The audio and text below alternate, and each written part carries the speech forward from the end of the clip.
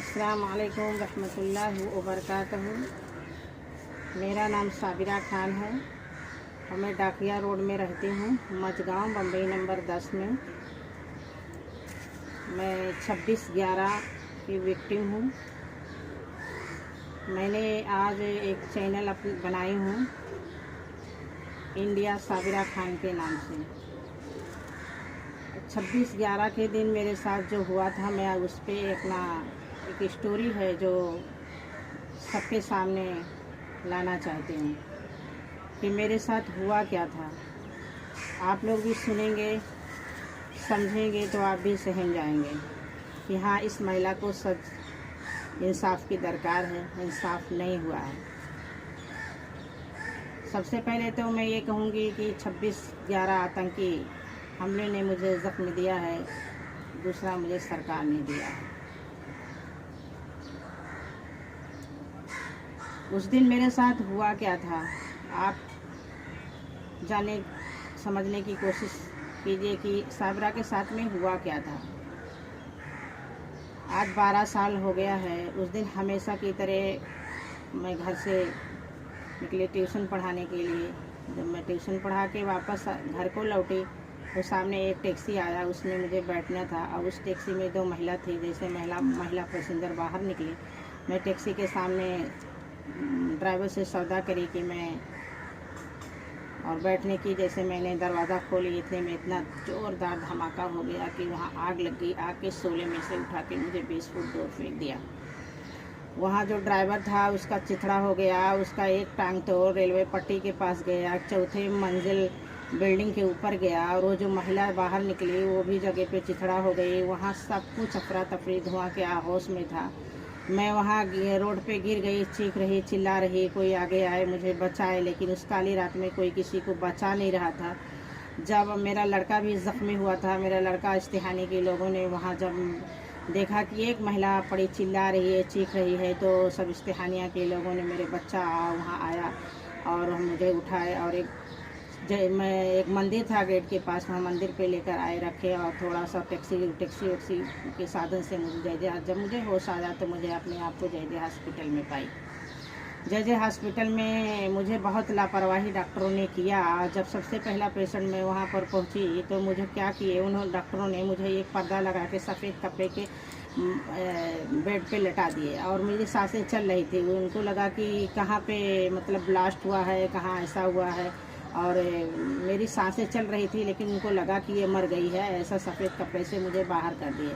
जब मेरे घर वाले ने वहाँ पर पहुँचे तो बोले मेरी माँ की सांसें चल रही है, तो सिस्टर डॉक्टर से जाके बोले। जब वो आकर देखे तो ऐसा मेरे सांसें चल रही थी, मेरे सीने पे ऐसा पान मारे तो मुझे वापस वो मतलब सांसें मेरी चलने लगी। तो सिस्टर ने मुझे इंजेक्शन और सलाई के ऊपर ला के रखे, लेकिन 18 दिन गुजर गया। 18 दिन के बाद में 18 दिन मेरे को कुछ ट्रीटमेंट नहीं हुआ, खाली सलाई के ऊपर मुझे रख दिया गया। जिस दिन सोनिया गांधी सरकार के ऐलान के बावजूद सोनिया गांधी का दौरा, मनमोहन सिंह सारे अधिकारी उस दिन जय हॉस्पिटल में दौरा था, उस दिन आए थे, लेकिन उन्होंने ये ऐलान किया था कि सरकारी मेडिकल का खर्चा हम देंगे, मुआवजे कंपनसेशन का, और प्राइवेट का भी मेडिकल का सुविधा देंगे। लेकिन ये सब झूठ साबित हुआ मेरे साथ। तो मेरा एक ही ऑपरेशन हुआ। और प्रतिभा पाटिल मैडम जी जिस दिन आई थी उस दिन तो मेरे साथ बहुत ज़्यादती वहाँ पर हुआ। मेरे साथ नहीं, मैं हालांकि सारी विक्टिम थी, उनके साथ भी ज़्यादती हुआ। मैं ये कहूँगी कि नीचे 11 में विक्टिम लोग वहाँ पर थी, और वहाँ से जिस दिन प्रतिभा पाटिल मैडम का दौरा था उस दिन उन्होंने चौथे माले पे लेकर गए और साफ़ सुथरा माहौल, नया चद्दर, नया बेड डाल करके उन्होंने चकाचक करके उनको दिखाने के लिए सारे पेशेंट को वहाँ किए। और उसी दिन पुलिस वाले ने मेरा पंचनामा कर ही रहे थे। पुलिस वालों के सामने 4 कोना चद्दर उठा करके और मामा लोग वाड़वाई उठाए और ले गए कमरे में बंद किए। जब मेरा लड़का ने पूछा कि आपने एमआरए कहकर ये लेकर गए थे कि साबिरा जी को एमआरए कराना है, एमआरए कराने के बहाने से कमरे में बंद कर दिए।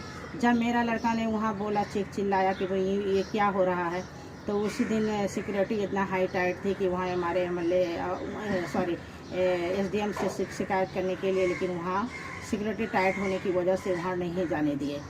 डॉक्टरों ने फिर जब प्रतिभा पाटिल मैडम जी का दौरा ख़त्म हो गया, फिर लाके हम लोगों के 11 में कर दिए। हम लोगों को दिखाया नहीं गया। B1 में जेंट्स को दिखा दिए, लेडीज़ को दिखाया ही नहीं गया था। हमारा एक ही ऑपरेशन हुआ था जय जय हॉस्पिटल में। फिर हमें डॉक्टरों ने डिस्चार्ज कर दिया। ऑपरेशन के टाइम पे मुझे जॉन्डिस का खून चढ़ा दिए, जो मुझे आज भी मेरे बॉडी में जॉन्डिस का खून है। फिर जब हमें डिस्चार्ज बनाया गया तो हमने कहा कि डॉक्टर साहब अभी तो हमारा पैर ठीक नहीं है, मैं घर नहीं जा सकती हूँ। मैं लेफ़्ट राइट एक पाँव नहीं हिल रहा था। डॉक्टरों ने कहा आप ठीक है, आप जा सकते हैं। मेरे पास इतने पैसे नहीं था, मेरे पास कोई सुविधा नहीं था कि मैं दूसरे हॉस्पिटल में जाऊँ। लेकिन डॉक्टरों ने मेरा नहीं सुना। एसडीएम को और सुपरिटेंडेंट को भी शिकायत की, लेकिन किसी ने हम लोगों को नहीं सुना, डिस्चार्ज बना दिए। लेकिन जब हम वहाँ से फिर हमें बीपीटी हॉस्पिटल वडाला में आए तो वहाँ 3 महीना वहाँ एडमिट रह गए। और डॉक्टरों ने वहाँ कहा कि आपका क्या ऑपरेशन, क्या इलाज हुआ है, आपका पैर तो सेम वैसे ही है।